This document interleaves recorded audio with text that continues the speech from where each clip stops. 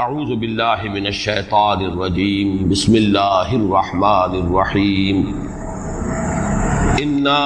انزلناہ فی لیلۃ القدر وما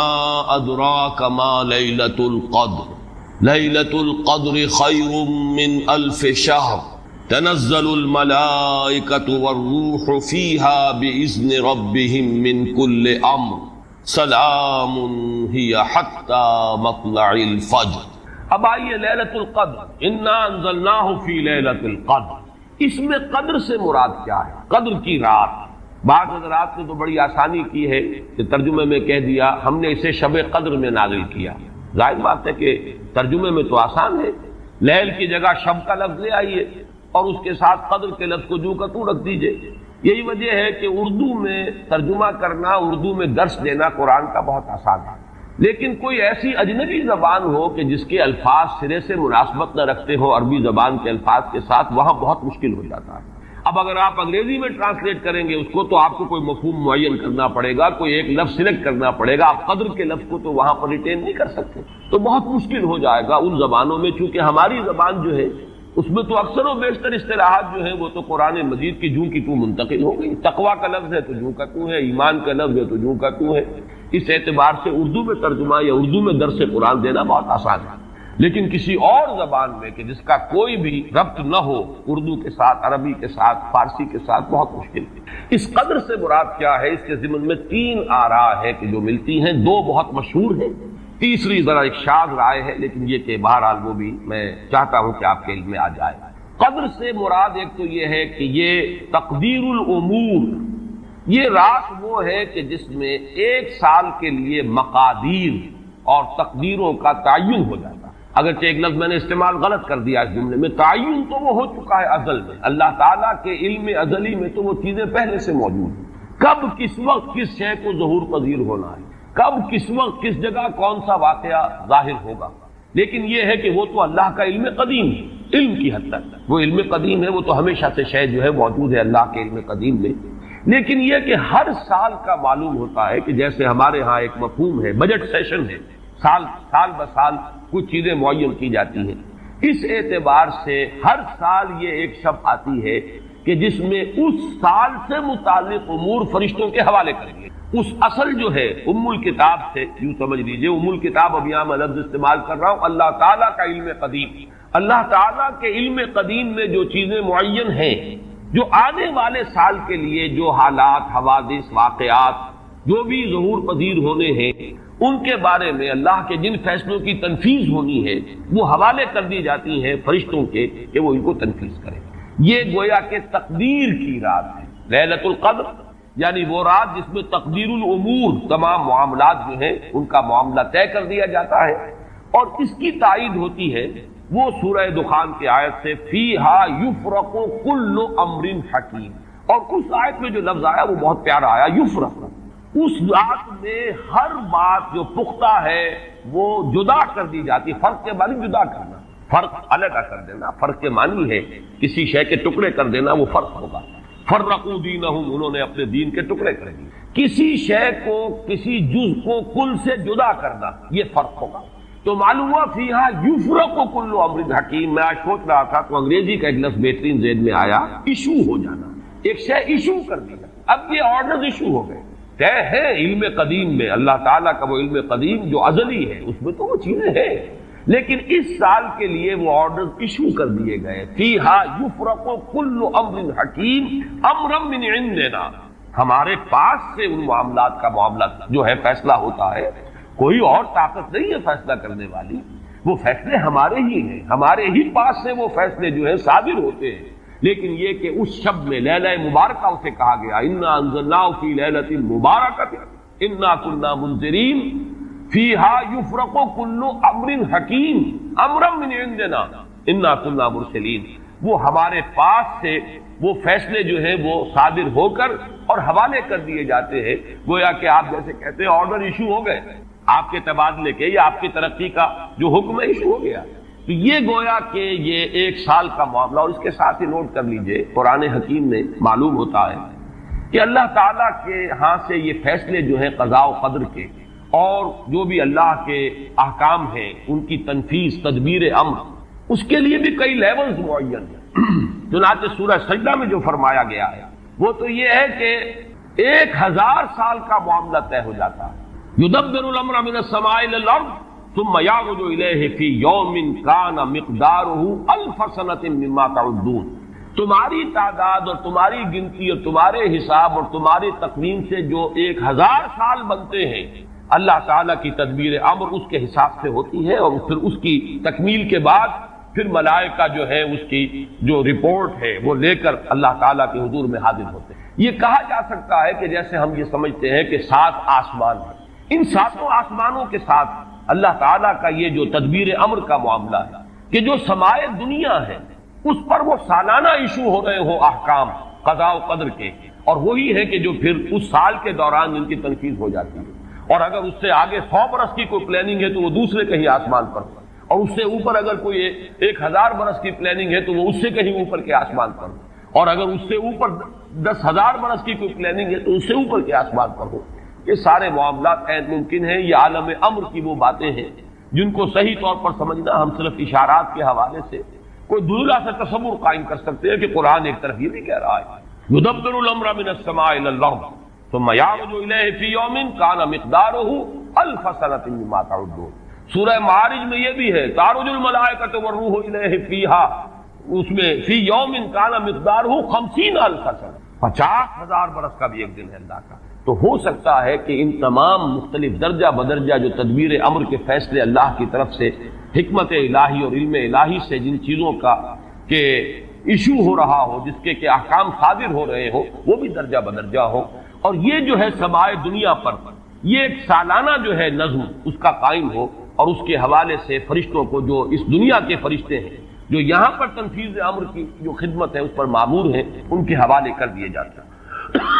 تو ایک رائے تو میں نے عرض کی کہ قدر سے مراد تقدیر، کہ یہ رات جو ہے تقدیر الامور کی رات ہے، تمام جو امور ہیں ان کے مقادیر، ان کی تعیین، ان کے بارے میں اللہ تعالیٰ کے احکام جو ہے ان کا ایشو ہو جانا۔ ایک رائے یہ ہے کہ یہ قدر سے مراد ہے قدر و منزلت، اونچا رتبہ، علو شان، منزلہ اور شرف۔ اب اس کی تائید ہوتی ہے، معلوم ایسا ہوتا ہے کہ یہ دونوں باتیں تو بیک وقت جو ہے مراد ہے، اسی لیے میں نے کہا یہ دونوں اقوال بہت مشہور بھی ہیں، اور میرے نزدیک یہ دونوں ہی اس میں یہ ذو معنیین لفظ کے طور پر یہاں استعمال ہوا، یہ دونوں ہی مراد ہیں۔ یہ رات خود اپنی جگہ پر بھی بجائے خود، جسے ہم کہتے ہیں بجائے خود بھی بہت قدر و منزلت کی رات ہے، اور اس شب میں 1 سال کے معاملات جو ہیں وہ فرشتوں کے حوالے کر دیے جاتے ہیں۔ اس اعتبار سے اس کو کہا گیا لیلہ مبارکہ، انا انزلناہ فی لیلۃ مبارکہ، یہ خود مبارک ہے، اس کے اندر برکتیں ہیں، اس کے اندر عظمت ہے، اس کی اپنی شان بلند ہے، علو مرتبت کی حامل ہے یہ رات۔ یہ دو مفہوم جو ہیں جب تو میں نے جیسا کہ عرض کیا یہ تو بہت کثرت کے ساتھ ہے اور یہی زیادہ مشہور بھی ہیں، بلکہ ان کے ضمن میں دوسری بات کے ضمن میں ایک نقطہ ترازی کے درجے کی بات ہے، لیکن بات چونکہ حسین ہے وہ میں آپ کو سنا رہا ہوں۔ ابو بکر وراق ہیں جنہوں نے اس میں نقطہ پیدا کیا ہے کہ یہ لیلہ قدر اس لیے ہے لأنہ نزل فیہا کتاب ذو قدر علی لسان ملک ذی قدر علی امت لہا قدر۔ یہ 3 انہوں نے قدر جمع کیے ہیں کہ یہ اس لیے اس کو لیلۃ القدر کہا گیا کہ ایک طرف تو یہ کہ اس میں وہ کتاب نازل ہوئی جو بڑی قدر و منزلت والی کتاب ہے، ثانیاً وہ اس فرشتے کی زبانی نازل ہوئی کہ جو بہت قدر و منزلت کا ذی قوت عند ذی العرش مکین مطاع ثم امین، پھر اس امت کے لیے اس کی تنزیل ہو رہی ہے جس کی بڑی قدر و منزلت ہے اللہ کے ہاں۔ اور شاید اسی وجہ سے وہ کہتے ہیں جناب وراق کہ شاید اسی وجہ سے لفظ قدر جو ہے اس سورہ مبارکہ میں 3 مرتبہ آیا ہے، انا انزلناہ فی لیلۃ القدر وما ادراک ما لیلۃ القدر لیلۃ القدر خیر من الف شہر۔ لیکن جیسا کہ میں نے عرض کیا ہے یہ بس ایک نقطے کے حد تک ہے، ایک دلچسپ نقطہ ہے، میں نے اس کا تذکرہ کر دیا ہے۔ ایک تیسرا مفہوم جو شاذ ہے جو لیا گیا قدر سے، کہ قدر کا ایک مفہوم ہے تنگی کا بھی، جیسے کہ سورۃ الفجر میں ہم پڑھ چکے ہیں فَأَمَّا الْإِنسَانُ إِذَا مَا ابْتَلَاهُ رَبُّهُ فَأَكْرَمَهُ وَنَعَّمَهُ فَيَقُولُ رَبِّي أَكْرَمَنِ وَأَمَّا إِذَا مَا ابْتَلَاهُ فَقَدَرَ عَلَيْهِ رِزْقَهُ فَيَقُولُ رَبِّي أَهَانَنِ۔ انسان کا معاملہ عجیب ہے کہ جب اس کا رب اس کا امتحان لیتا ہے، اسے آزماتا ہے نعمتیں دے کر، عزت دے کر، تو کہتا میرے رب نے مجھے عزت دے دی، اور جب اس کا رب اس کو آزماتا ہے اس پر رزق کو تنگ کر کے، تو وہ کہتا میرے رب نے مجھے ذلیل کر دیا۔ تو یہاں پر جو تنگی کا مفہوم ہے قدر میں، تو ایک مفہوم یہ لیا گیا ہے کہ یہ لیلۃ القدر لیلۃ الضیق ہے، اور یہ اس لیے کہ اس زمین پر اتنی کثرت سے، اتنی کثیر تعداد میں فرشتے نازل ہوتے ہیں کہ تنگی پیدا ہو جاتی ہے۔ اب ظاہر بات ہے کہ یہ اس عالم ارواح کے ساتھ مناسبت رکھنے والے لوگ جن کی اپنی روحیں جو ہیں وہ اس درجے لطیف ہوں کہ کچھ مناسبت ان کو پیدا ہو گئی ہو، صرف ان کا ایک ادراک ہو سکتا ہے، باقی یہ کہ جہاں تک لفظ کا تعلق ہے اس میں اس کی گنجائش موجود ہے۔ تو لیلۃ القدر کے 3 مفہوم ہوئے، جن میں سے 2 جو ہے پہلے وہ تو باہم جمع بھی ہو سکتے ہیں، ذو معنیین لفظ کی حیثیت سے اس کا استعمال ہو سکتا ہے۔ اس میں تمام مقادیر اور تمام تقدیروں کا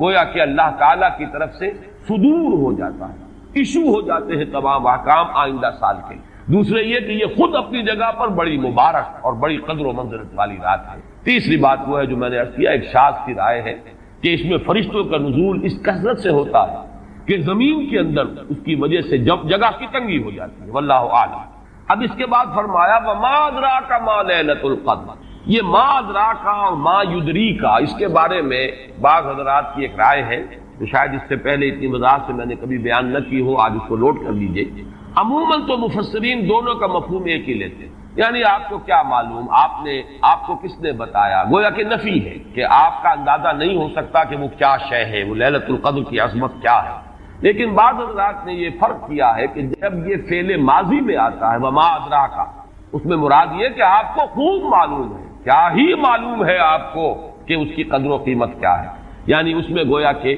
نبی اکرم صلی اللہ علیہ وسلم کے لیے نفی نہیں بلکہ اس بات ہے۔ القارعہ وما ادراک ما القارعہ، القارعہ ما القارعہ وما ادراک ما القارعہ، گویا کہ اس بات ہوتا ہے کہ آپ کو خوب معلوم ہے کہ قارعہ کیا ہے۔ اسی لیکن یہ کہ جہاں ما یدریک آتا ہے وما یدریک لعلہ یزکا او یذکر فتنفع الذکری، جہاں فعل مضارع آئے گا وہاں در حقیقت وہ مفہوم ہوگا کہ یہ بات حضور صلی اللہ علیہ وسلم کے علم میں نہیں ہے۔ آپ کو کیا معلوم، ہو سکتا ہے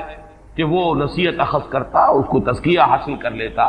تو اس کے اندر تو نفی ہو سکتی ہے کہ اس وقت آپ کے علم میں وہ بات نہیں ہے۔ لیکن یہ بھی ایک تو یہ کہ ایک علمی نکتہ ہے اور اس میں ذرا باریک قسم کی نحوی بحث ہے، میں خود اپنا مقام یہ نہیں سمجھتا کہ اس قسم کی باریک نحوی بحثوں میں کوئی حتمی رائے قائم کروں۔ دوسرے یہ کہ اس سے ہماری حد تک کوئی فرق واقع نہیں ہوتا، فرق اگر واقع ہوتا ہے تو محمد الرسول اللہ صلی اللہ علیہ وسلم کے بارے میں واقع ہوتا ہے کہ اگر وما ادراک آیا ہے تو گویا کہ اس بات ہے کہ حضور کے علم میں وہ بات ہے، اور وما یدریکا ہے تو گویا کہ اس میں نفی ہے کہ وہ بات حضور کے علم میں نہیں ہے۔ لیکن ہمارے لیے تو دونوں حالتوں میں نفی ہی نفی ہے، ہمیں کیا معلوم قارعہ کی اصل حقیقت ہمیں کیا اندازہ ہو سکتا ہے، لیلۃ القدر کی اصل عظمت کا ہمیں کیا اندازہ ہو سکتا ہے، قرآن کی عظمت و فضیلت کا ہمیں کیا اندازہ ہو سکتا ہے۔ ہمارے اعتبار سے وہ بحث جو ہے وہ محض ایک اکیڈمک اور ایک علمی بحث بن کر رہ جاتی ہے، اس کا کوئی فرق واقع نہیں ہوتا۔ اب اس کے بعد سوال پیدا ہوتا ہے کہ یہ رات جو ہے مخفی کیوں رکھی گئی، تعین کے ساتھ کچھ معلوم نہیں، یہ رات کون سی رات ہے، اس کا جواب تو میں بعد میں دوں گا کہ اس میں جو آراء ہیں مختلف، لیکن یہ کہ اس کو کیوں مخفی رکھا گیا اس پر کچھ پیاری باتیں ہیں جو مفسرین نے کہی ہیں۔ پہلی بات تو یہ کہ جتنی عظیم چیزیں ہیں ان سب کو مخفی رکھا گیا۔ قیامت کب آئے گی؟ مخفی آئے گی، یہ یقینی ہے۔ کب آئے گی؟ یہ تو ان امور میں سے ہے کہ جس کا علم نبی اکرم صلی اللہ علیہ وسلم کو بھی نہیں دیا گیا، جبرائیل کو بھی نہیں دیا، چنانچہ حدیث جبرائیل میں واضح طور پر الفاظ موجود ہیں وَمَا الْمَسْئُولُ عَنْهَا بِأَعْلَمَ مِنَ السَّائِلِ، کچھ معلوم نہیں، نہ سائل کو معلوم نہ مسئول کو معلوم قیامت کب آئے گا۔ اب یہ عظیم حقیقت مخفی رکھا گیا اور اس کا خاص طور پر ذکر کیا گیا سورہ طٰہٰ میں، اکاد اخفیھا لتجزی کل نفس بما تسعی۔ اگر تعین کر دیا جاتا تو جو قریب کے زمانے کے لوگ ہوتے وہ تو خوب پھر محنت کرتے آخرت کے لیے، اور ذرا فاصلے والے ہوتے وہ ذرا تساہل کرتے اس کے بارے میں۔ اس کو رکھا گیا ہے، تلوار لٹکی ہوئی ہے، کسی بھی وقت گر سکتی ہے، یہ جیسے گلوٹین کبھی اگر آپ نے دیکھا ہو جس طریقے سے کہ اس کا چھرا گرتا ہے، کسی بھی وقت گر سکتی ہے، لہذا ہر وقت چوکس رہو، چوکس میں رہو، جیسے کہ صحابہ کرام کی شان معلوم ہوتی ہے بعض روایات سے کہ ذرا تیز ہوا چلتی تھی تو وہ سمجھتے تھے کہ قیامت آ گئی۔ اس درجے استحضار تھا اعصاب کے اوپر، اس کا اتنا اثر تھا کہ ذرا تیز دھکڑ چلا اور انہوں نے سمجھا قیامت. تو اس طریقے سے قیامت کو مخفی رکھا گیا. اکاد اخفیھا لتجزا کل نفس بما تسعی. نہ آج سے 100 برس پہلے والوں کو معلوم تھا کہ قیامت کب آئے گی، نہ آج والوں کو معلوم ہے. نہ اگر ابھی دنیا کی عمر ہے ابھی 100 برس اور، تو قیامت سے ایک دن پہلے بھی شاید یقینی طور پر معلوم نہ ہو سکے کہ کل قیامت آ رہی ہے. تاکہ ہر وقت جو ہے امتحان اتنا ہی شدید رہے، اتنا ہی کڑا امتحان رہے ہر ایک کے لیے. لتجزا کل نفس بما تجزا بما تسعی، تاکہ ہر ذی نفس کو بدلہ ملے اس کی سعی کے مطابق. اسی طریقے سے موت کا وقت معلوم نہیں. وما تدری نفس بأی ارض تموت.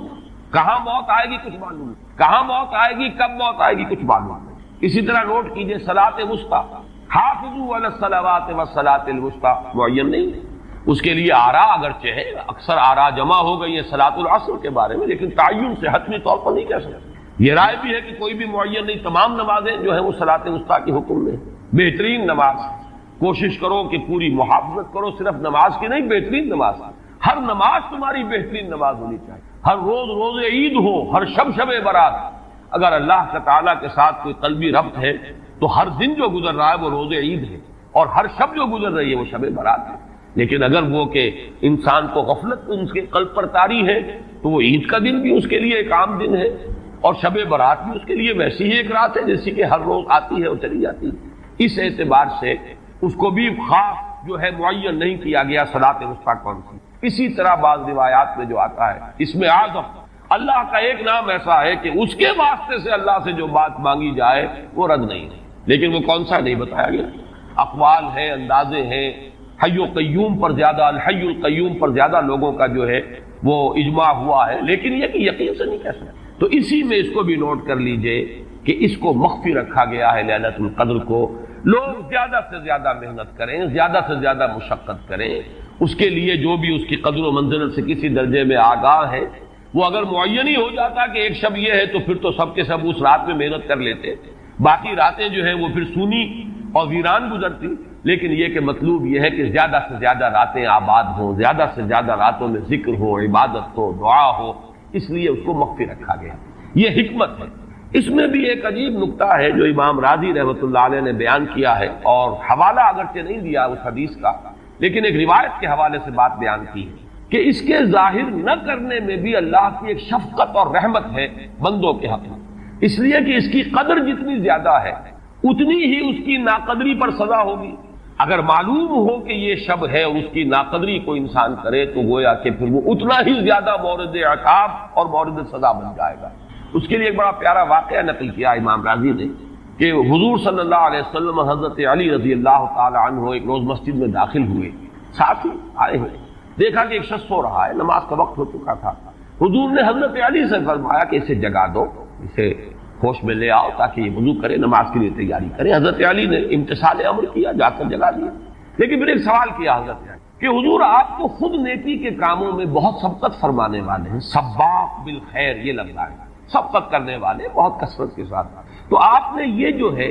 یہ کام خود کیوں نہیں فرمایا اور مجھے کیوں اس کے لیے آپ نے حکم دیا؟ آپ خود بھی اسے جگا سکتے تھے. آپ نے فرمایا کہ تم اس کی حکمت کو سمجھ لو. میرے جگانے پر اگر وہ نہ جاگتا اور انکار کر دیتا تو کفر ہو جاتا اس کے حق میں، اور تمہارے جگانے پر اگر کوئی تساہل سے بھی وہ کام لیتا تو وہ کفر نہ ہو. تو یہ ایک فرق ہے کہ اللہ تعالیٰ کی طرف سے ایک شفقت ہے کہ حضور صلی اللہ علیہ وسلم جگاتے اور کسی درجے میں وہ انکار کر دیتا. کبھی ایسا بھی ہوتا آدمی نیند میں ہے اور وہ کہتا جاؤ جاؤ مجھے آرام کرنے دو، تو اگر میرے ساتھ یہ معاملہ ہوتا تو وہ کفر کے درجے کو پہنچ جاتی بات. لیکن اگر تمہارے ساتھ یہ معاملہ ہو بھی جاتا تو اس درجے شدید نہ ہوتا. تو گویا کہ حضور نے اس شخص پر شفقت کے اعتبار سے یہ شکل اختیار کی کہ خود نہیں جگایا، بلکہ یہ کہ حضرت علی رضی اللہ تعالیٰ عنہ کو حکم دیا کہ اسے جگا دیا. تو یہ نقطہ کہ لیلۃ القدر کے اخفاء میں یہ بات بھی ہے کہ اگر اس کو عیاں کر دیا جاتا، معین کر دیا جاتا، تو پھر جو لوگ اس سے غافل رہتے پھر وہ بہت سخت ناقدری کا ارتکاب کرتے اور بڑی سزا کے مستحق ہو جاتے. اب چھٹی بحث ہے کہ وہ رات کون سی. اگرچہ ایک رائے شاذ یہ بھی ہے کہ وہ رمضان سے باہر کی رات بھی ہو سکتی ہے، لازم نہیں ہے کہ رمضان ہی کی کوئی شب ہو. اس میں چونکہ بعض حضرات نے ایک روایت کی وجہ سے جسے ہم شب برات کہتے ہیں، لیلۃ البرات، یہ شعبان کی 15ویں شب، درمیانی شب، اور اس کے بارے میں ایک روایت موجود ہے حضرت عائشہ صدیقہ رضی اللہ تعالی عنہا کی کہ رات کے وقت ان کی آنکھ کھلی اور وہ باری آپ ہی کے پاس شب باسی کی تھی حضور کی، تو حضور موجود نہیں تھے، تو تشویش ہوئی کہاں گئے، تو جب تلاش کی گئی تو معلوم ہوا کہ حضور جنت البقیع قبرستان میں پہنچے ہوئے ہیں اور وہاں آپ ان کے لیے جو بھی وہاں دفن ہے ان کے لیے استغفار فرما رہے ہیں۔ جب پوچھا گیا معاملہ کیا، تو آپ نے فرمایا یہ بڑی عظیم رات ہے اور اس رات میں فوت ہونے والوں کا فیصلہ ہو جاتا ہے، پیدا ہونے والوں کا فیصلہ ہو جاتا ہے، تو اب وہ بھی ایک لیلہ مبارکہ۔ اسی وجہ سے بعض لوگوں نے وہ جو سورہ دخان کی ابتدائی آیات ہے انا انزلناہ فی لیلۃ مبارکۃ، اس کو محمول کیا ہے اسی رات پر کہ جو جس کو ہم شب برات کہتے ہیں اپنی عام اصطلاح میں، لیلۃ البرات اسے عربی میں کہا جاتا ہے۔ برات کے معنی کسی کا چھٹکارا پا لینا۔ یہ شب برات جو ہے وہ برات شادی والی برات نہیں ہے، بلکہ یہ برات کا لفظ ہے عربی زبان کا، جو ہمارے ہاں وہ غلط العام میں برات شب برات بن گیا ہے۔ برات برات من اللہ ورسولہ، جو سورہ برات کا پہلا لفظ ہے کہ چھٹکارا پانا، کہ وہ رات بھی ایسی ہے کہ اس میں انسان استغفار کرے اور اللہ تعالیٰ سے اپنے گناہوں کی معافی مانگے تو اپنے آپ کو جہنم سے چھٹکارا دلا سکتا ہے، وہ شب برات۔ اس اعتبار سے کچھ لوگوں نے گمان کیا کہ شاید لیلۃ القدر اور لیلہ مبارکہ اس حدیث کی روح سے وہی شب ہے، وہ ظاہر بات ہے کہ خارج از رمضان مبارک ہے، اور یہ کہ اس کے علاوہ بھی بعض آراء ہیں، لیکن یہ آراء جو ہے شاذ کے درجے۔ میں یہ کہہ سکتا ہوں کہ تقریباً اجماع ہے اس پر کہ یہ رات رمضان مبارک ہی کی ایک رات ہے۔ اس کی دلیل ایک تو یہ کہ القرآن یفسر بعضہ بعضا کے اصول کے مطابق قرآن مجید کے اندر سورہ بقرہ میں یہ واضح کر دیا گیا شہر رمضان الذی انزل فیہ القرآن، رمضان مبارک کا مہینہ وہ ہے کہ جس میں قرآن نازل کیا گیا، اور یہاں فرمایا انا انزلناہ فی لیلۃ القدر، ہم نے اس کو اتارا ہے لیلۃ القدر میں۔ ان دونوں کو جوڑیے تو اس کا ایک لا محالہ جو ایک انیویٹیبل رزلٹ نکلتا ہے وہ یہی ہے کہ یہ لیلۃ القدر رمضان مبارک میں۔ دوسری اس کی تائید ہوتی ہے وہ مشہور حدیث جس کو الحمدللہ کہ ہم نے بہت عام کیا ہے، رمضان مبارک کی آمد سے قبل کوشش ہوتی ہے ہر سال جو ہے اس کی یاد دہانی کرا دی جائے۔ ایک طویل خطبہ جو حضور نے دیا تھا، خطبنا رسول اللہ صلی اللہ علیہ وسلم فی آخر یوم من شعبان، یہ حضرت سلمان فارسی رضی اللہ تعالیٰ عنہ سے مروی ہے کہ حضور نے شعبان کے آخری دن ہمیں خطبہ ارشاد فرمایا، یا ایھا الناس قد اظلکم شہر عظیم شہر مبارک شہر فیہ لیلۃ خیر من الف شہر، لوگوں آگاہ ہو جاؤ، تم پر ایک بہت مبارک مہینے نے، بڑی عظمت والے مہینے نے سایہ کر دیا ہے، سایہ فگن ہو گیا ہے تم پر ایک مہینہ جو بڑی عظمت والا ہے، شہر عظیم جو بڑی برکت والا ہے، شہر مبارک، اور تیسرا جملہ اس میں یہی ہے شہر فیہ لیلۃ خیر من الف شہر، وہ مہینہ کہ جس میں ایک رات وہ بھی ہے کہ جو 1000 مہینوں سے افضل ہے۔ ان دونوں چیزوں کے حوالے سے تقریباً دلائل بھی موجود ہیں، اور ویسے یہ کہ جیسا کہ میں عرض کر چکا ہوں اجماع ہے کہ یہ رمضان مبارک ہی کی ایک شب ہے۔ لیکن رمضان مبارک کی کون سی شب ہے، اس پر بعض مفسرین نے تو لکھا ہے کہ 40 قول ہیں، چنانچہ صاحب تفسیر مظہری قاضی ثناء اللہ پانی پتی نے، میں نے وہ تفصیل تو نہیں پڑھی کہ 40 قول نقل، لیکن امام راضی نے جو 9 قول نقل کیے ہیں وہ میں تیزی کے ساتھ آپ کو سنا دیتا ہوں۔ ابن رزین رحمہ اللہ کا قول یہ ہے کہ رمضان کی پہلی شب ہے۔ حضرت حسن بصری رحمت اللہ علیہ یہ ہے تابعین میں سے، اس لیے میں رضی اللہ عنہ نہیں کہہ رہا، رحمت اللہ علیہ۔ حضرت حسن بصری رحمت اللہ علیہ کی رائے ہے کہ یہ 17ویں شب ہے، یعنی وہ شب کہ پھر جس کے اگلے دن جو ہے وہ غزوہ بدر ہوا ہے، یوم الفرقان۔ حضرت انس رضی اللہ تعالی عنہ مرفوعاً روایت کرتے ہیں کہ یہ 19ویں شب ہے۔ محمد بن اسحاق جو بہت بڑے سیرت نگار ہیں حضور کے، ان کا قول ہے کہ یہ 21ویں شب ہے۔ حضرت عبداللہ ابن عباس رضی اللہ تعالی عنہما سے قول جو ہے مروی ہے کہ یہ 23ویں شب ہے۔ حضرت عبداللہ ابن مسعود رضی اللہ تعالی عنہ سے مروی ہے کہ یہ 24ویں شب ہے، اور اس کو میں ذرا اہمیت دیتا ہوں اس لیے کہ 24ویں شب جو ہے سورہ علق کی ابتدائی آیات کے نزول کے ضمن میں کچھ حساب کتاب کے جوڑنے سے 24ویں اور 25ویں شب کا بھی معاملہ جڑتا ہے، جو کہ میں نے آپ کو سورہ علق کے درس کے دوران بتایا تھا۔ اس کے بعد حضرت ابو ذر غفاری رضی اللہ تعالیٰ عنہ کا قول ہے کہ یہ 25ویں شب ہے۔ اس کے بعد حضرت ابی ابن کعب رضی اللہ تعالیٰ عنہ کا قول ہے، یہ وہ ہے جن کو کہ حضور نے خود فرمایا کہ اقرأہم ابی ابن کعب، قرآن مجید کے سب سے بڑے قاری حضرت ابی بن کعب ہیں رضی اللہ تعالی عنہ، اور ان کے بھی سینے پر آپ نے تھپکی دی تھی کہ ایک سوال کیا آپ نے کہ سب سے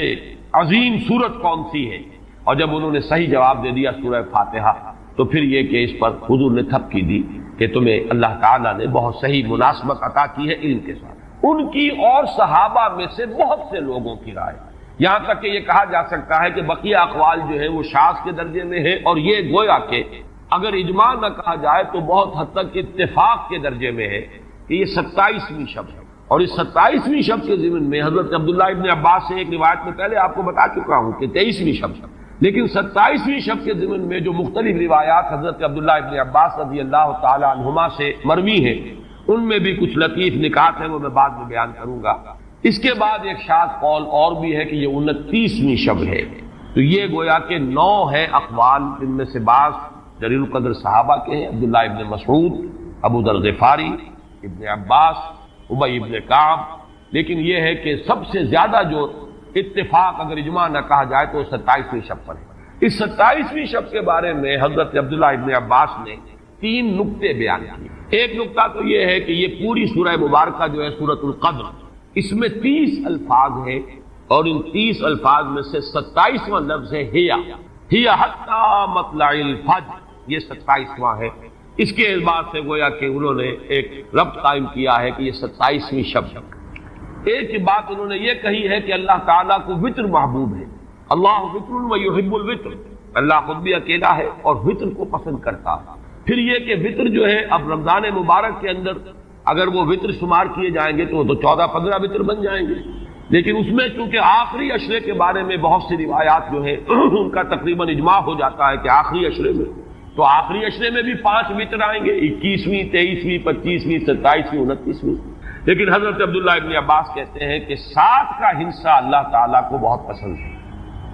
اور بہت سی چیزیں جو ہیں عالم تکوینی میں بھی اور عالم تشریعی میں بھی بہت سی چیزیں وہ ہیں کہ جو 7 کے ہندسے کے ساتھ وابستہ ہیں۔ 7 آسمان ہیں، 7 زمینیں ہیں،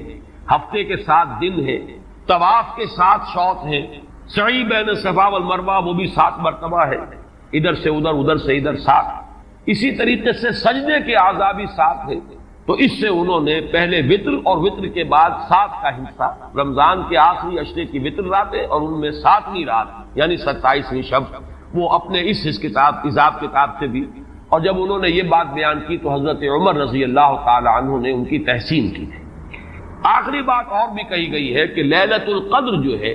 اس کے اندر حروف کو اگر شمار کیا جائے تو 9 بنتے ہیں، اور یہ لیلۃ القدر اس سورہ مبارکہ میں 3 مرتبہ آیا ہے۔ انا انزلناہ فی لیلۃ القدر وما ادراک ما لیلۃ القدر لیلۃ القدر خیر من الف شہر،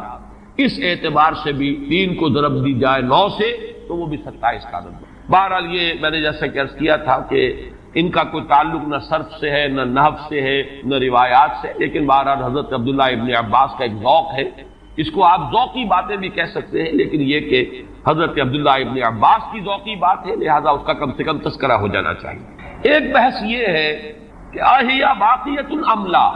کیا یہ رات جو اس کی عظمت تھی یہ باقی ہے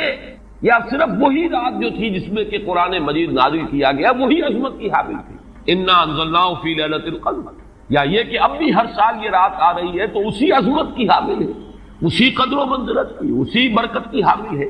اس پر بھی تقریباً ایک اجماع ہے کہ یہ لیلۃ القدر باقی ہے، ہر سال آتی ہے۔ اس کے ضمن میں بلکہ میں چاہتا ہوں کہ اپنے قول کی تصحیح کر دوں کہ میں ایک رائے میں نے ابتدائی دور میں بیان کی ہے اپنے بعض خطبات میں، تقاریر میں، اور وہ جیسا کہ ایک خطیبانہ انداز ہوتا ہے، قرآن مجید کی عظمت کے بیان کے ضمن میں یہ باتیں، یہ بھی نقطے کے درجے کی باتیں ہوتی تھی اور وہ میں بیان کرتا رہا ہوں کہ قرآن ہے اصل عظمت کی حامل شے، جس رات میں یہ قرآن نازل ہوا وہ لیلۃ القدر بن گئی، گویا کہ لیلۃ القدر کی عظمت جو ہے وہ قرآن کی عظمت سے مستعار ہے۔ جس مہینے میں یہ نازل ہوا وہ مذہب جو ہے، وہ مہینہ جو ہے مبارک ہو گیا، شہر المبارک، اور وہ مہینہ جو ہے وہ روزے کی عظیم عبادت کے لیے مختص کر لیا گیا۔ اسی طریقے سے جو دن اس کی تعلیم کے لیے خاص کیا گیا، جو جمعے کا دن جو ہے وہ در حقیقت تعلیم قرآن کے لیے، یتلو علیہم آیاتہ ویزکیہم ویعلمہم الکتاب والحکمہ، جو حضور کا عمل تھا اسی کو دوام عطا کیا گیا ہے خطبہ جمعہ کی صورت میں۔ وہ دن جو ہے وہ سید الایام بن گیا کہ ہفتے کے دنوں میں وہ سردار دن ہے، جمعے کا دن جو ہے وہ سردار ہے تمام دنوں میں۔ یہ بات اپنی جگہ پر صحیح ہے جہاں تک اصولی اعتبار سے، لیکن میں اس میں جو تصحیح کر رہا ہوں جزوی طور سے وہ یہ ہے کہ لیلۃ القدر کی عظمت جو ہے وہ خود اپنی جگہ پر ہے، فی نفسہا ہے، اپنے ہی مقام پر ہے، اپنی جگہ ہے، بجائے خود، جسے کہتے ہیں فارسی میں بجائے خود عظمت کی حامل۔ اور اس کی عظمت کا مقام یہ بھی ہے کہ اس میں فیہا یفرق کل امر حکیم، تمام معاملات جو ہے اللہ کے فیصلے جو ہیں ان کو ایشو کر دیا جاتا ہے، وہ گویا کہ حوالے کر دیے جاتے ہیں، وہ فیصلے صادر ہو جاتے ہیں اللہ تعالیٰ کی جناب سے۔ تو یہ اس کی عظمت قدیم ہے۔ قرآن کا نزول اس کے ساتھ شامل کیا گیا ہے کہ اس عظیم رات کا انتخاب کیا گیا ہے قرآن کے نزول کے لیے۔ یہ میں چاہتا تھا کہ اپنے ان سابقہ بیانات کے ضمن میں یہ تصحیح جو ہے میں آپ کو نوٹ کرا دوں۔ دوسرے یہ کہ آیا اس کے ساتھ اس کا دن بھی اس عظمت میں شامل ہے یا نہیں؟ اس میں بھی اکثر مفسرین کا جواب یہ ہے کہ دن شامل ہے، اس لیے کہ قرآن مجید کا حساب کتاب، عرب کی تقویم، اس میں رات بول کر بھی دن رات مراد لیتے تھے اور یوم بول کر بھی دن رات مراد لیتے تھے۔ یوم بھی 24 گھنٹے کے مجموعے کا نام ہے، اور جب رات کا تذکرہ آتا ہے تو رات بھی در حقیقت دن اور رات کے 24 گھنٹوں پر اس کا جو ہے اطلاق کیا جاتا ہے۔ جو دن آتا ہے رات کے بعد وہ اس رات کے تابع۔ اس اعتبار سے یہ عظمت جو ہے صرف شب کے ساتھ نہیں ہے، بلکہ یہ کہ اس کے بعد آنے والا دن جو ہے وہ بھی اسی عظمت کا حامل ہے۔ اس سے ایک بہت بڑا مسئلہ حل ہو جاتا ہے کہ جو اس دور میں خاص طور پر بہت سے لوگوں کے ذہنوں کو پریشان کر سکتا ہے، اور وہ یہ کہ جب کہ مکے میں یا عرب میں رات ہے تو امریکہ میں وہ دن ہے۔ وہ دن یا اگر وہ رات آئے گی تو ابھی اس کے کچھ 12 گھنٹے کے بعد وہاں پر رات آئے گی۔ اس اعتبار سے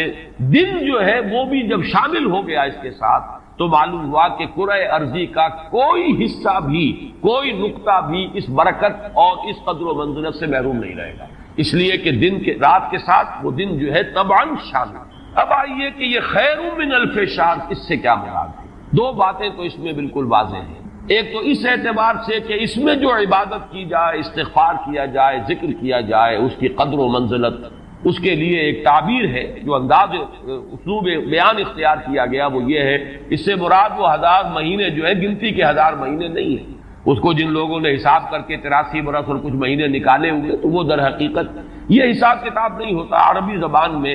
کہیں 100، کہیں 70، کہیں 1000، یہ کثرت کی تعبیر کے لیے آتا ہے۔ تو معلوم ہوا کہ بہت زیادہ اجر و ثواب ہے عبادت کا،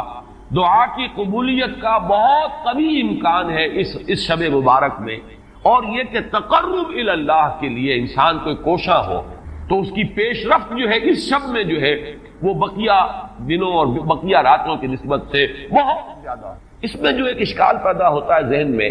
کہ آخر کیا سبب ہے کہ بعض خاص جو دن ہیں یا بعض خاص مہینے ہیں ان کی جو خاص جو فضیلت ہے، تو اس کو میں سمجھتا ہوں کہ بہت عمدگی سے ہمارے مفسرین نے سمجھایا ہے کہ عالم مادی میں بھی ہم یہ چیز دیکھتے ہیں کہ مناسبت ہوتی ہے۔ کوئی فصل ہے گندم کی، اب آپ اگر اس کو غلط موسم میں اگر بو دیں گے تو آپ کا بیج بھی ضائع ہو جائے گا۔ مناسبت ہے، صحیح وقت ہے اس کا، اسی میں اگر وہ فصل جو ہے وہ بوئی جائے گی تو وہ مثمر ہوگی، اس سے آپ کو فصل حاصل ہو جائے گی۔ لیکن اگر آپ نے غیر وقت میں وہی بیج بہترین ہو، دانہ عمدہ سے عمدہ ہو، زمین اچھی سے اچھی ہو، لیکن یہ کہ موسم اگر آپ نے غلط چن لیا ہے تو گویا کہ مناسبت جو ہے اوقات، دنوں، ایام، راتوں، مہینوں، سالوں، ان کے جو بھی ایک خاص مناسبت ہے نیکی کے ساتھ، خیر کے ساتھ، عالم امر کے ساتھ، روحانیت کے ساتھ، عالم ارواح کے ساتھ، اس کو ہم قیاس کر سکتے ہیں کہ جیسے موسموں اور دنوں کا معاملہ ہے، اسی طریقے سے اس عالم ارواح کے اندر اور روحانی عالم کے اندر بھی کچھ ایام ہیں، کچھ دن ہیں، کچھ مہینے ہیں جن کی خصوصی مناسبت ہے۔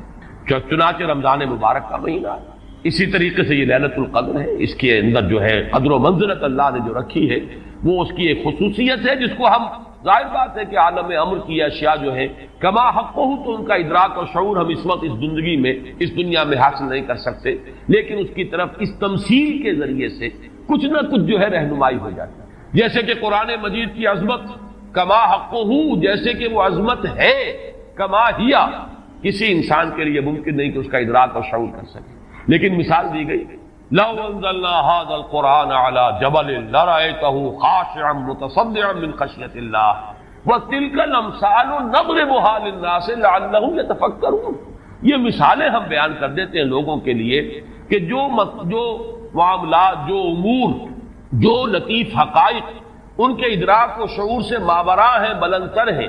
اس کا کوئی اجمالی اور کوئی مبہم خاکہ تو ان کے ذہن میں آ ہی جائے ایک تمثیل کی مدد سے. اس اعتبار سے اس مادی عالم میں بھی جو موسموں کے اثرات اور ان کی مناسبت یا عدم مناسبت کسی کام کے ساتھ ہے، اس کے حوالے سے ہم سمجھ سکتے ہیں کہ اللہ تعالیٰ نے خاص گھڑیاں، خاص ساعات، جیسے فرمایا گیا کہ جمعے کے دن ایک خاص ساعت ایسی ہے، اب دیکھیے اس کو بھی شمار کر لیجئے، وہ بھی مخفی رکھی گئی ہے کہ وہ ساعت کون سی ہے. ایک خاص ساعت ہے کہ اگر کوئی شخص دعا کرے گا اس گھڑی میں تو وہ رنگ نہیں، لیکن اسے خفیہ رکھ دیا گیا. بعض حضرات کے خیال میں دونوں خطبوں کے درمیان جو وقت ہو جبکہ امام بیٹھتا ہے یہ وقفہ ہے وہ خاص ساعت. بعض حضرات کے نزدیک وہ نماز کے ادا ہونے سے لے کر عصر تک کا وقفہ ہے. لہذا بہت سے حضرات کو آپ نے دیکھا ہوگا کہ وہ جمعے کے روز نماز جمعہ ادا کرنے کے بعد سے عصر تک مسجد میں قیام کرتے ہیں، ذکر اور تلاوت اس میں مشغول رہتے ہیں. بعض حضرات کے نزدیک اس سے مراد ہے اذان ہونے سے نماز کے ادا ہو جانے تک. اذا نودی للصلاۃ من یوم الجمعۃ فاسعوا الی ذکر اللہ وذروا البیع اور فاذا قضیت الصلاۃ فانتشروا فی الارض. ان دونوں کے مابین جو وقت ہے وہ گویا کہ اس کا، لیکن اس کو بھی مخفی رکھ دیا گیا. وہ جو میں نے کچھ لسٹ گنوائی تھی کہ عظمت والی چیزوں کو اللہ نے چھپایا ہے، اسے مخفی رکھا ہے، اسی میں اس کو بھی شامل کر لیجئے کہ ایک گھڑی ہے جمعے کے دن، ایک وقت ہے، ایک ساعت ہے، اس میں جو دعا کی جائے قبول ہو جائے گا. اسی طریقے سے یہ لیلۃ القدر ہے، اسی طریقے سے اور مختلف ہے. تو لیلۃ القدر خیر من الف شہر تنزل الملائکۃ والروح فیہا باذن ربہم من کل امر. نازل ہوتے ہیں فرشتے اور الروح. اگرچہ الروح کے بارے میں اس کا مصداق کیا ہے بہت سے اقوال ہیں، لیکن یہاں پر اکثر و بیشتر مفسرین جو ہے متفق ہیں کہ یہاں مراد حضرت جبرائیل علیہ السلام. فرشتوں میں ان کے چونکہ ایک خاص مقام ہے، بہت اونچا ان کا مقام ہے، کہا جا سکتا ہے سید الملائکہ، تمام فرشتوں کے وہ سردار ہیں. یہی وجہ ہے کہ وہی ہے قرآن کے نازل کرنے والے. یہ عظیم اللہ کا پیغام جو ہے نوع انسان پیام آخری حامل او رحمت للعالمین، تو اس کے لانے والے بھی جو ہے وہ فرشتوں میں، جیسے کہ میں نے وہ آیات آپ کو اس سے پہلے بھی سنائی کہ انہ لقول رسول کریم ذی قوت عند ذی العرش مکین مطاع ثم امین. اب یہ ساری مدح جو ہو رہی ہے، تعریف ہو رہی ہے حضرت جبرائیل علیہ السلام کی، تو یہ گویا کہ عطف الخاص علی العام کی ایک مثال ہے. تمام ملائکہ، الملائکہ بہت سے ملائکہ، اور یہاں پہ اس سے اندازہ کیجئے کہ معلوم ہوتا ہے بہت کثیر تعداد میں ملائکہ ہیں جن کا نزول ہوتا ہے. وہ جو میں نے قدر کا ایک مفہوم بیان کیا گیا تھا کہ اتنے ملائکہ آتے ہیں کہ زمین پر جگہ نہیں رہتی، اور لیلۃ القدر سے مراد لیلۃ الضیق ہے کہ ملائکہ کے لیے اس کا، چونکہ ابھی حال ہی میں مجھے تجربہ ہوا ہے کہ جب ہم نے طواف وداع کیا ہے تو وہ ہم نے دیکھا ہے ضیق کی وہ کیفیت جو ہے، وہ تنگی کہ وہاں پر جگہ جو ہے آدمی کا سانس لینا مشکل ہو جاتا ہے، اس درجے تنگی. تو اب یہ تو ایک عالم مادی کا ضیق تھا جو ہم دیکھا ہے، جس کا ہمیں تجربہ ہو گیا. عالم ارواح میں فرشتوں کا ضیق کہ اتنے فرشتے نازل ہو جائیں کہ ان کو تنگی محسوس ہو، ان کو اپنے لیے جگہ نہ مل رہی ہو زمین پر، تو یہ بھی ایک مفہوم ہے. تنزل الملائکۃ والروح، نازل ہوتے ہیں فرشتے اور جبرائیل، بالخصوص حضرت جبرائیل علیہ السلام، فیہا اس شب میں، بِإِذْنِ رَبِّهِمْ مِنْ كُلِّ أَمْرٍ سلام، وہ اپنے رب کے اذن سے. اس میں گویا کہ وہ جڑ کاٹی جا رہی ہے، جیسا کہ میں نے بارہا بیان کیا ہے کہ ایمان بالملائکہ ہی بگڑ کر مشرکانہ نظام کی شکل اختیار کر لیا. یہ دیویوں اور دیوتاؤں کا تصور جو دنیا میں ہے، گاڈز اینڈ گاڈیسز، اور یہ جو بھی عربوں کے ہاں تھا آلہہ کا تصور، یہ در حقیقت فرشتوں کا تصور ہے جو بگڑ گئے. ہم جانتے ہیں فرشتہ پہاڑوں کا ایک فرشتہ ہے، ملک الجبال، جو حضور کی خدمت میں حاضر ہوا تھا یوم طائف کو. اگر آپ مجھے حکم دیں میں ان پہاڑوں کو آپس میں ٹکرا دوں، اور جن لوگوں نے آپ کے ساتھ یہ زیادتی کی ہے وہ سرمے کی طرح پس کر رہ جائیں. ملک الجبال ایک فرشتہ ہے کہ جو پہاڑوں پر معمور ہے. اسی کو کہہ دیا گیا پہاڑوں کا دیوتا. فرق کیا ہے ملک الجبال اور پہاڑوں کا دیوتا میں؟ فرق کیا ہے؟ دیوتا کے ساتھ تصور یہ کہ اسے کچھ اختیار حاصل ہے، جبکہ فرشتوں کے بارے میں جو صراحت قرآن کرتا ہے اس کے بارے اختیار کوئی نہیں. یفعلون ما یؤمرون، وہ وہی کچھ کرتے ہیں جو جس کا انہیں حکم دیا جاتا ہے. لا یعصون اللہ ما امرهم ویفعلون ما یؤمرون، وہ اللہ کے کسی حکم کی نافرمانی نہیں کرتے، وہی کرتے ہیں جس کا ان کو حکم ہوتا ہے۔ اور وہ آیت جو میں نے پہلے بھی آج سنائی ہے، حضرت جبرائیل نے حضور کے اس شکوے یا گلے کی کے جواب میں جو بھی کہا، اپنی وضاحت پیش کی، ما نتنزل الا بامر ربک، اے نبی، اے محمد صلی اللہ علیہ وسلم، آپ کا شوق اپنی جگہ، لیکن ہم نازل نہیں ہو سکتے آپ کے رب کے اذن کے بغیر، آپ کے رب کے حکم کے بغیر، ہمارا اختیار نہیں ہے۔ اور وہ مقام اس اعتبار سے عظیم ترین مقام ہے قرآن مجید کا، ضربۃ السنام ہے، لہو ما بین ایدینا وما خلفنا وما بین ذالک، اللہ ہی کا اختیار ہے اس پر بھی جو ہمارے سامنے ہے، اللہ کے اختیار میں ہے وہ بھی جو ہمارے پیچھے ہے، اور اللہ کے اختیار میں وہ بھی جو ان دونوں کے مابین ہے۔ اب ان دونوں کے مابین کیا ہے؟ میرے آگے یہ سب کچھ ہے، میرے پیچھے یہ سب کچھ ہے، میرے آگے اور پیچھے کے مابین کون ہے؟ میں ہوں۔ گویا کہ ملائکہ بالکل اللہ کے اختیار ہے، ان کا کوئی اختیار جو ہے اپنا نہیں ہے، اگرچہ بہت ملائکہ مقربین ہے، مقام بہت بلند ہے، نوری مخلوق ہے۔ چنانچہ مسلم شریف میں حضرت عائشہ صدیقہ رضی اللہ تعالیٰ عنہ سے روایت موجود ہے کہ اللہ نے فرشتوں کو نور سے پیدا کیا، نوری الخلق، نوری الاصل، پھر یہ کہ مقربین، اللہ کے بہت قریب قرب رکھنے والے، لیکن اختیار جو حکم ملتا ہے، بس یہ بات پیش نظر رہے تو ایمان بالملائکہ جو لازم ہے ہمارے ایمانیات کا جزو لا ینفک ہے۔ آمنت باللہ وملائکتہ وکتبہ ورسلہ والیوم الآخر والقدر خیرہ وشرہ من اللہ تعالی والبعث بعد الموت۔ ایمان باللہ کے فوراً بعد ایمان بالملائکہ لازم ہے، لیکن یہ کہ ذرا سا دیکھیے بال برابر ادھر سے ادھر ہو جانے سے وہ جو ہے کہ رفتم کے خارج پاکشم محمل نہا شد از نظر، یک لحظہ غافل گشتم و 100 سال راہم دور شد، ایک لحظے کی غفلت جو ہے وہ 100 سال کی دوری ڈال دیتی ہے راستے کے اندر، ایک لحظے کی ذرا سی یہ لغزش جو ہے، اگر ان ملائکہ کے بارے میں یہ تصور قائم ہو جائے کہ یہ بھی صاحب اختیار ہے تو ٹھیک ہے، پھر کچھ دنڈوت ہونی چاہیے، پھر کچھ چڑھانے چاہیے، پھر ان سے دعائیں کرنی چاہیے، ان سے استغاثہ ہونا چاہیے، ان کو پکارا جانا چاہیے۔ وہ سارا کا سارا شرک کا جو تومار ہے اب اس کے لیے پورا جواز پیدا ہو گیا اگر ذرا سی یہ علمی غلطی ہو۔ تو اسی لیے یہاں پر خاص طور پر تنزل الملائکۃ والروح فیہا بإذن ربہم، اپنے رب کے اذن سے نازل ہو، از خود نازل نہیں ہے۔ یہی بات ہے کہ جو وہاں فرمائی گئی ہے اس سورہ مبارکہ میں، فیہا یفرق کل امر حکیم امرا من عندنا، ہمارے پاس سے وہ امر جاتا ہے، کسی اور کا اختیار نہیں ہے، امرا من عندنا،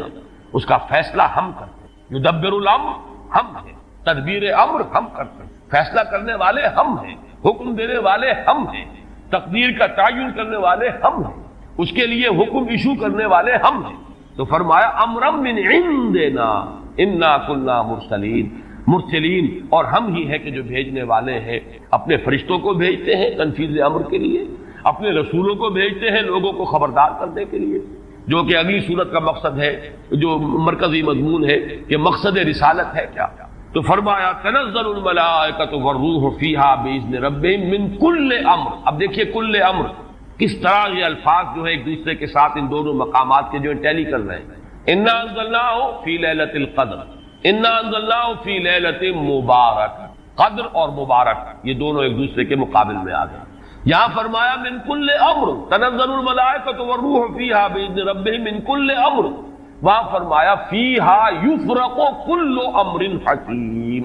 امرا من عندنا انا کنا مرسلین۔ اس شب میں ایشو ہو جاتے ہیں تمام معاملات، تمام فیصلے، اور ہوتے ہیں ہمارے پاس سے۔ یہ غالباً جو ہمارے ہاں جو فیصلے عدالتی فیصلے ہوتے ہیں ان میں بھی خاص الفاظ آتے ہیں کہ یہ عدالت کا اپنا فیصلہ ہے، یا ہم اپنے فیصلے سے یہ بات جو ہے اس کا تعین کر رہے ہیں۔ تو امرا من عندنا یہ ہمارا فیصلہ ہمارے پاس سے اس کی تعین ہوتی ہے۔ سلام ہی حتی مطلع الفجر، سلام میں ایک تو یہ بات